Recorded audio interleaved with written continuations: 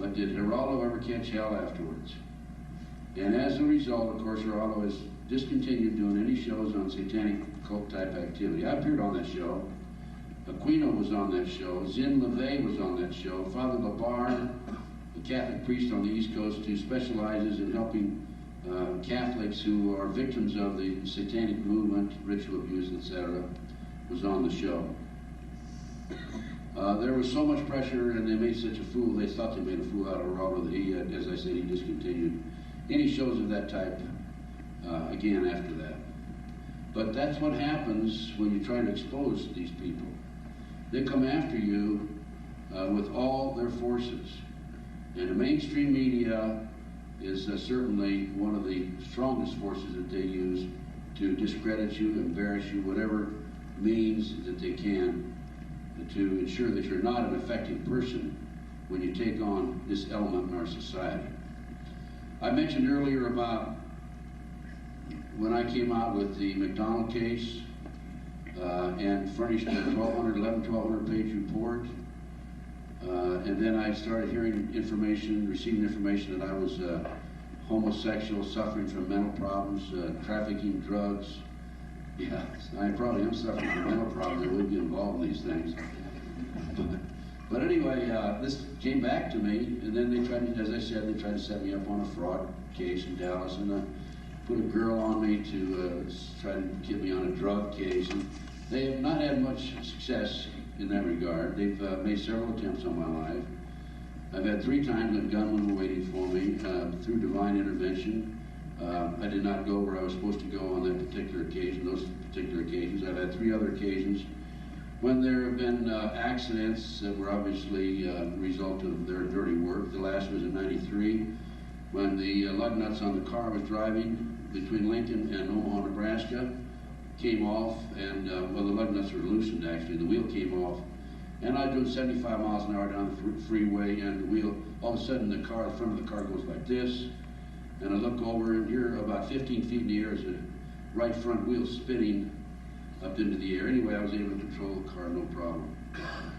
The CIA have all kinds of means that they use, devices they use to kill people.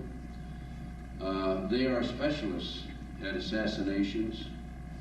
One of the most popular is a chemical that they use to induce a heart attack that's non-traceable. Just the last day or so, McDougal, who was the mouthpiece and getting ready to talk on the Whitewater case in Arkansas, the real estate escapade on the part of the Clintons, in jail, died of a heart attack. Not surprising. I've talked to a number of my CIA friends who told me about professional assassins and killings and murders that they've been involved in. And one of them in particular, Chip Tatum, who's gone public, by the way. Chip dropped out when they asked him to take direct action against a fellow American.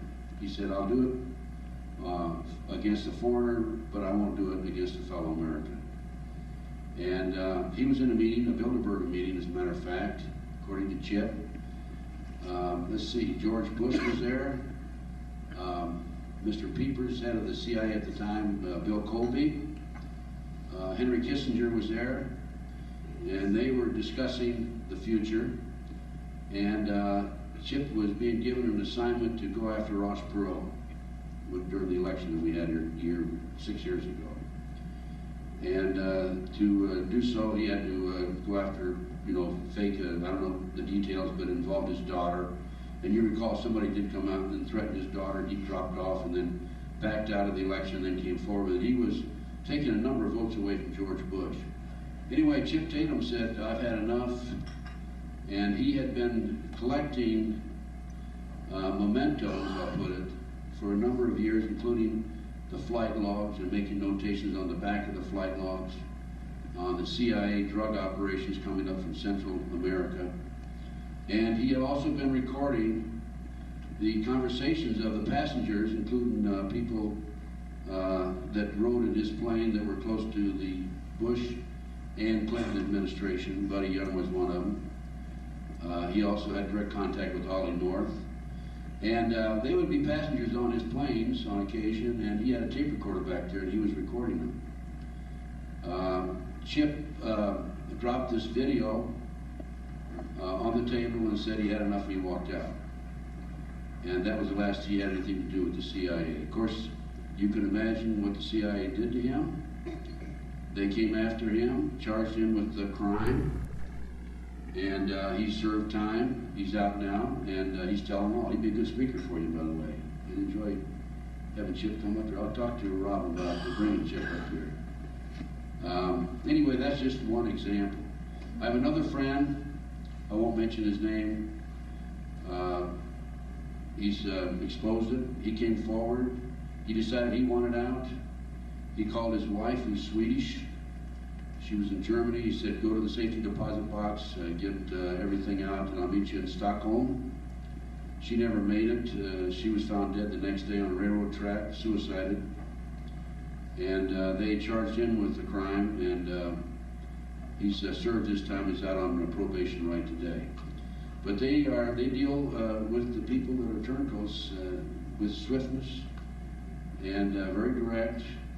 And if they can't kill you, or they don't kill you, they put you in jail and discredit you. I have another friend, Michael Reconasuda, who's part owner of the Hercules manufacturing in Silicon Valley. Developed the bomb, the electrohydrodynamic gaseous fuel device, which was used in Oklahoma City. And we're going to talk about Oklahoma City in a few minutes.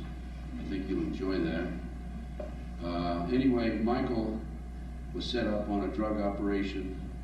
He's now serving 26 years.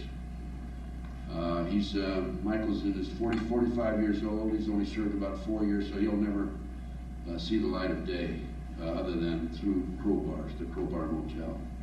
But I mentioned a few moments ago about the Satanic movement. It's alive, it's well. There's a lot of traffic between Seattle and BC, Vancouver, and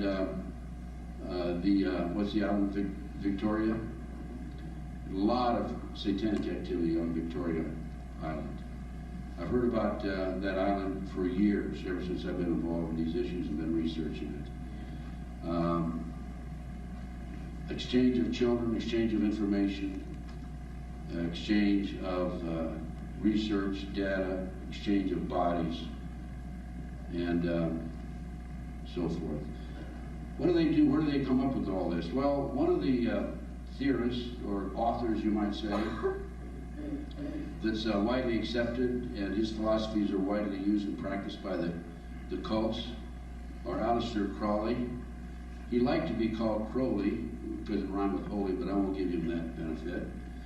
Aleister Crowley wrote a couple of books, and I'm going to tell you and show you what he wrote about human sacrifices. This is kind of crumpled a little bit. It's been well used.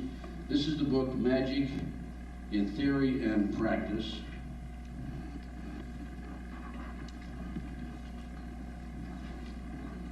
And this is on page 93 of the Bloody Sacrifice. Blood is very important to these people. They drink it, eat it, whatever. Blood is the life. And this is what it says here. It would be unwise to condemn as irrational the practice of those savages who tear the heart and liver from an adversary and devour them while yet warm. In any case, it was the theory of the ancient magician that any living being is a storehouse of energy, varied in quantity according to the size and health of the animal, and in quality according to its mental and moral character. At the death of the animal, this energy is liberated suddenly. The animal should therefore be killed within the circle, or the triangle, that's a pentagram, of course, as the case may be, so that its energy cannot escape. An animal should be selected whose nature accords that of the ceremony. Thus, by sacrificing a female lamb, one would not obtain any appreciate quantity of the fierce energy useful to a magician who was invoking Mars. In such a case, a ram would be more suitable, and this ram should be virgin. The whole potential of its original total energy should not have been diminished in any way. Now listen to this. For the highest spiritual working, one must accordingly choose that victim which contains the greatest and purest force. A male child of perfect innocence and high intelligence is the most satisfactory and suitable victim. That's one of the reasons they get their hands on these kids. This is another book by Aleister Crowley. Excuse me. The Law is for All. This is their justification for rape and sex. Illicit sex, that is. Moreover, the B666, that's Aleister Crowley himself, advises that all children shall be accustomed from infancy to witness every type of sexual act, as also the process of birth, lest falsehood, fog, and mystery stupefy their minds, whose error else might thwart and misdirect the growth of their subconscious system of self-symbolism. What they're saying there is, go ahead. What he's saying there is, try to. Everybody stand on your head. It may therefore be considered improper as a general rule for your sexual gratification to destroy, deform, or displease any other star. Mutual consent to the act is a condition thereof. It must, of course, be understood that such consent is not always explicit. There are cases when seduction or rape may be emancipation or initiation to another. Such acts can only be judged by their results. In other words, it's okay to rape somebody if you're emancipating them. It kind of explains in a nutshell their approach to sex and human sacrifices. Now, is there anybody here that does not know about the McMartin case? Okay, the McMartin case was in, let's turn it off just a minute, let me give a little background. The McMartin case took place in Manhattan Beach, California in the early 1980s, 82 I think it was when it broke. A young man came home, told his mother he was sexually molested at the preschool, the McMartin PreSchool, a very affluent area right on the ocean. It's upper middle class to rich, wealthy people. The McMartin PreSchool was, they had a waiting list as long as your arm. People were clamoring to get into the school with their kids, very prestigious. They were the pillars of the community. So a little boy came home, told his mother went to the authorities. They began an in-depth investigation. And the children said that they were sexually molested regularly on a regular basis. These are 2, 3, 4-year-old kids. By the way, I've seen books that the cults have published that tell you how to have sex with 2 years old and newborn children. And the authorities investigated, and basically the kids said that they were taken down into the tunnels under the school. There was a chamber there. Adults in robes, chanting, candles, no clothes under their robes. That they were taken up into the trapdoor, the triplex next door, and placed in automobiles, taken out into the community and prostituted. 2, 3, 4-year-old kids now, folks. And they talked about being placed on an airplane. There was an airport about 10 minutes away. And flying up into the mountains and attending ceremonies in the mountains. They talked about human sacrifices, throwing babies into flames, flown babies into the crematory. They talked a lot about the brown babies. We'd think they were Mexican babies and so forth. Therapists interviewed the children, started interviewing the children, began their investigation. And the people on the other side, the defense attorneys and others, because these people were ultimately charged, claimed that the therapists had planted the information in their minds. It wasn't true. The police conducted their own investigation. Basically, it was very super secret. The results were never really made available to the public. And to make a long story short, they had a trial, the longest trial, criminal trial in the history of America, 2 years plus. They tried Virginia McMartin, the old lady, and they tried Ray Bucky, the young son, the grandson of Virginia. Virginia McMartin was acquitted. Ray Bucky had a hung jury. Now, they had a second trial for Ray Bucky. And in the interim, although I had never been really actively involved in investigating that case, everybody's brother was investigating it on their own. In the interim, I was able to gain access to the property. The property had been sold from the McMartin family to Danny Davis, a defense attorney who made $3 million on the case, by the way, paid by the county, to a contractor, and he was going to construct an office building on the property. So in the spring of '93, I, along with some parents, hired an archaeologist, Dr. Gary Stickle from UCLA, and we went out and started digging for tunnels. Now, before that, of course, we had in the newspaper,